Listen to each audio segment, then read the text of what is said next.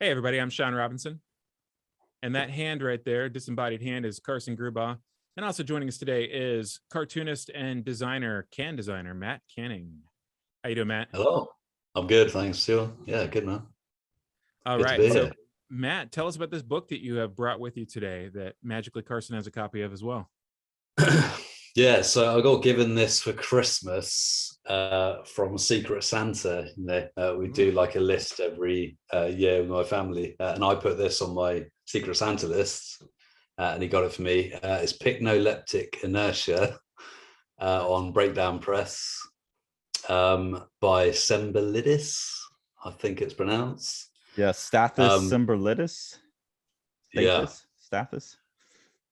And it's amazing. It's a collection of short stories. There's no words, and I suppose it's sort of dystopian sci-fi with with quite a lot of stuff going on in it. It's quite a strange read. It's quite an ambiguous read, but it's cool. There's like a bit of cyberpunk in there, sort of religion, esoteric sort of symbology, but yeah, it's really good. It's like it's come from another dimension. When I was reading it, it really sort of really knocked me over, really. Seems like the wordlessness of it might contribute to that somewhat. When was this drawn? That car is quite interesting. If this is a modern publication. First off, I think they're from Greece. Is that Stathis Tsemberlidis? I think this artist is Greek. It was. Yeah, I think he's in the UK. I think he lives in the UK. Possibly, Okay. But yeah, I think the short stories were published kind of 5 or 6 years ago. I think it says on the back. I've got 2016 for the first edition. Okay, right. For the collection. And this is someone who works with another artist named Lando. They have a publishing company called Decadence Comics, and then Breakdown Press. So I think these were all released as mini comics from Decadence, and then Breakdown is doing a collection of them. I was just interested in seeing the early 80s cars here. Yeah, definitely. And a very Otomo, like it's like Otomo and Moebius had a sick, fucked up baby who took a bunch of mushrooms. Yeah, it's definitely got that to it. It's just really nicely designed, and like his pen style, is very, it's really detailed, but kind of quite kind of a wobbly. Just gives this impression that it's, that the characters are sort of, melting apart, or like, like being blown apart, a bit, you know what I mean? Like they're sort of crumbling. Yeah, or they've got grime all over them. We were just talking too about like being able to see through, and the paper is kind of see-through enough here. I don't know if it shows up on camera a little bit, where you can see this explosion and the character getting smaller, so you can see him like falling through. And here, where like the panel borders are dissolving, you can see the dissolution and the character falling like through, kind of in an animated sense through the page there. So there's some really cool things about the physicality of the book as well. It's an interesting strategy. Interesting visual strategy to not have the gaps and the panels per page. So and I love like the white space in it generally, and like he doesn't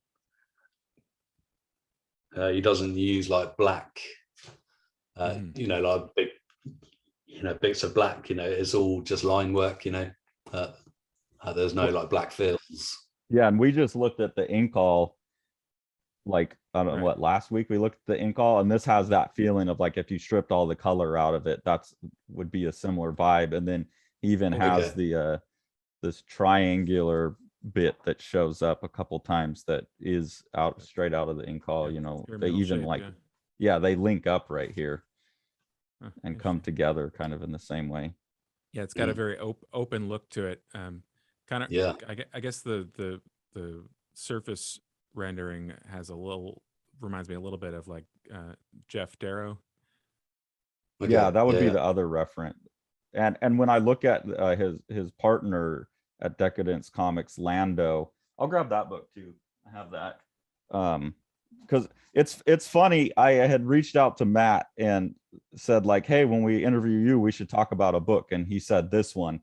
And I had just ordered it the previous week because I had ordered, and I'll be doing a video where I flip through some of the other books I got from them. But and they're in the UK, and I thought, oh God, it's never going to get here in time. Like, how are we going to do a flip through? So Matt like sent me a video yesterday of flipping through some of the pages, and I saw that, and then I got home from work and the package was there. I was like, oh my God, perfect. We can film tomorrow and like, you know, we can all see it together. So that worked out perfect. But yeah, I'd ordered a number of books from them because Matt Battaglia told me about another series they do called Generous Bosom.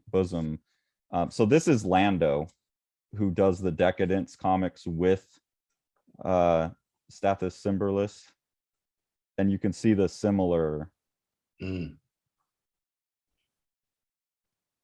that thin line that this artist is using the grays, but that kind of choppy thin line work and that Otomo, like come on. That's fantastic. So yeah, that and you're right, Sean, the Jeff Darrow, Moebius, Jeff Darrow, and Otomo seem like huge precedents, except you strip out a lot of, like, Darrow would probably never have that page. Right. And I just love the blank, backgrounds, as if it's happening in like this, this alternate like dimension, where there's no resemblance to, to Earth or, it's just happening in like this void, there's something, just really magical about it, And it does feel like, and I would say this artist more out of the two of them feels like they know something that I don't know, and it's being expressed in the art. And I just, that there's a way to do that where it doesn't feel like you're hiding anything. It's like you're showing so much. I think the sparseness is like nothing's hidden, nothing seems like something you have to solve, but also like you just know something I don't know, dude. And I quite dig that. Matt, was there a favorite story that you had out of this? The story that you just flicked past, actually, with the guy, like when like he's plunging through stuff. That one there. Yeah, this one and the one following it would have been cool. The two. The skeleton who sat there with the gold blocks or whatever, and he just crashes through, and then like he crashes through like a riot or whatever is happening there. Then crashes through the Pope. Yeah. Well, he takes a chunk off of the Pope's block. That's a very interesting thing too, huh? Yeah. And then I love this drawing right here where he breaks the membrane of the water and he pulls a bubble with him. Sean, well observed. It's true. That's fantastic.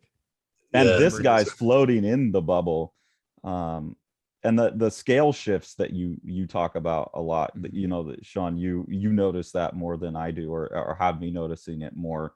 Like that looks like a fucking huge thing, but when you see it in relation to this, right, and you get the sense of him falling through multiple realities, the scale shift is impressive. And then breaking through the panels, right? Yeah, the when he crashes through when he crashes through the panels here, and like the people like with their shopping bags, and like the guys with like the riot shields, at the homeless guy there, like the shooting, the shooting squad or whatever. And then loops back to the beginning. Like he's fallen through the whole universe and loops back to like this initial kind of cliff that he passes by, it looks like. And then like this guy dissolves. And I quite like that. And then this story, I really like, because it's something I've been thinking about a lot, like the collective versus the individual. And that I think we're starting to form like a new membrane of consciousness, which is corporate consciousness. I think of corporations kind of as conscious in a way. So the fact that these group of people like project these like astral bodies to fight. So they project a corporate astral body to have a MMA match, and then they all get melted and blasted away. And I just love, those were the two that really stood out to me. It is really cool. And so much action for being so diagrammatic as well. Yeah. So yeah, really, really highly recommend this book. And when I was looking at this book, I thought, man, okay, yeah, we've got the Moebius, we got the Darrow, we've got the Otomo, and I thought that there's some other artist that I've seen that draws like this. And then it turns out I've seen Stathis Tsemberlidis' art elsewhere, in a book called Zero that was written by Alice Cott. Have you ever read that? It was put out by Image. No. I'll see if I can pull it up on my computer real quick, because this exact style and this kind of obsession with the fungus and the mushrooms. Let me see if I can get this on screen real quick. So it was really interesting because I had seen this guy's art in that one issue. It was a series from Image that was maybe 17 or 18 issues long, and it was about like war and then these psychedelic mushrooms. It was a really weird book, and each issue had a different artist, and I had really liked the art in this. Yeah, here we go. I'd really liked the art in this one issue, and then never seen anything else from the artist, and it happens to be the same guy. So it's interesting to see his work colored. And then this image here really stuck in my mind, and I actually swiped this image for a project that I did. So it's funny because I've actually swiped and redrawn this guy's artwork before without having any idea who he was, but this issue impacted me really greatly. With the Grantland. In Grantman, yeah, there's the scene where there's the guy on the bed, right, and it's that picture there. Yeah, Sean's seen that. And then with the color, they're doing these offsets where they're taking the line work and then like having it resonate as an overlay. So if you like his art, I would encourage you to check out at least that issue. But I think it would be a book that I would recommend anyone who hasn't read it to go back and look at. It's a really trippy book. It's got a bunch of different artists, a different one in each issue, and the story kind of comes together. Okay, so he's the artist for Zero number 16, that issue. Yeah, 16. Okay. And then the next issue is I forget this guy's name off the top of my head, but each issue is you can see a very different artist, but they're all really quite good. Tradmore does an issue, so I had to shout that out, because when I was looking at this book, I was like, man, this seems so familiar to me. What is it? And it was like, took 5 minutes to figure it out, but yeah, really quite a lovely book. So, we got some dicks. Oops, sorry, YouTube. And Breakdown Press has quite a few interesting books. No, they do. Have you read A Window Pane by Joe Kessler? Have you seen that before? No, I've not read that one. I like I said, I had I'll just kind of follow them on screen here because I got this. I was sharing with Sean last night. Sean, you need to get this one, the Fukushima Devilfish. Yeah. The reason I first went to Breakdown Press is because Matt Battaglia told me about this series, Generous Bosom, and was showing me especially this first page, some of the pages. So I went to that, and then some of the other stuff looked cool, like that book looked cool, and then there's a couple other ones I grabbed, but I didn't. What was the other one you were talking about, Matt? So that's cool. A Window Pane, Joe Kessler. Pane. Okay. Yeah. I'll have to check that out. I just grabbed some random stuff that looked cool. I found them to be alt. You have a Yuichi Yokoyama book there too. You know who this is, Sean? Yes. It's a very strange, kind of silent but very noisy manga. Mm-hmm. Yeah, he's fantastic. I can't say anything right now, but I'm interested in that, and we will talk about that later. Okay. Yeah, I'm gonna go like once we get off here.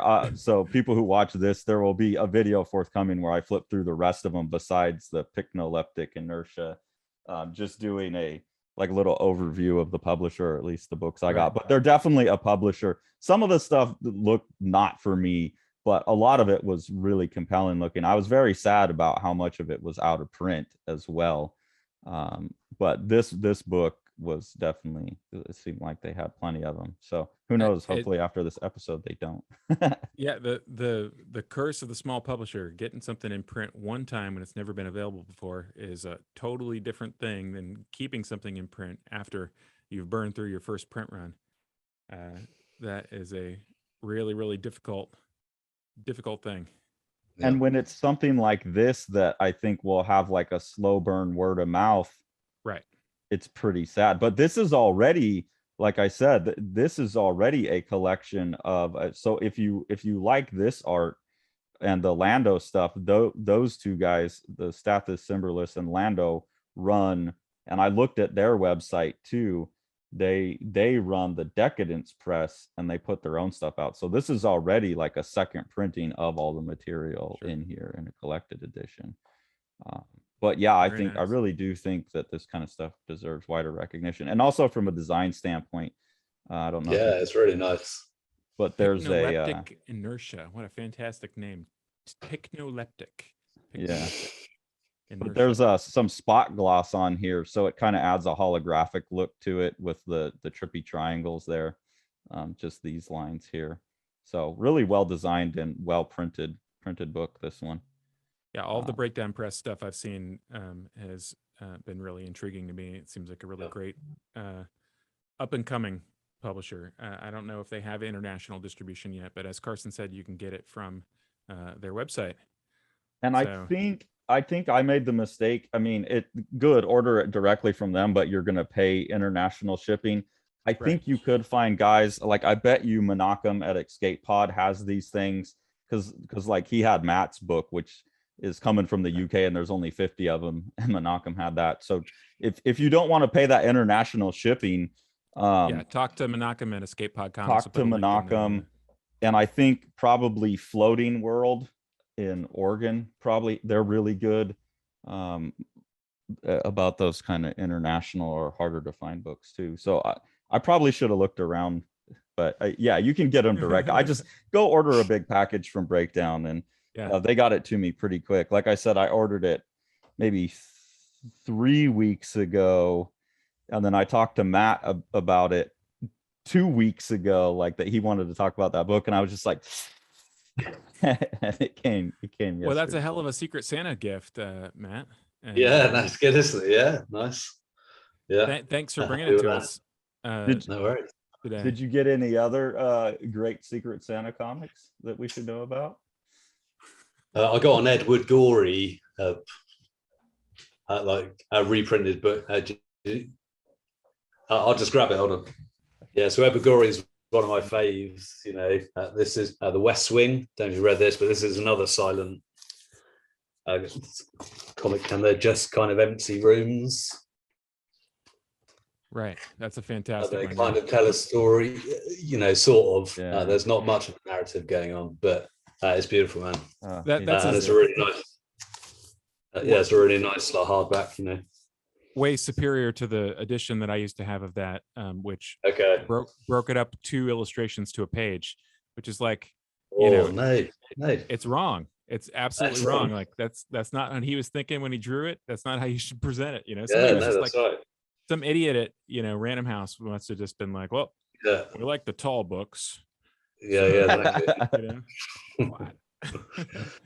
That's fantastic. Yeah, if you guys haven't read that, Edward Gorey, one of the great unsung non-cartoonists. Fantastic pen artist. Pen and name. Yeah, he's amazing.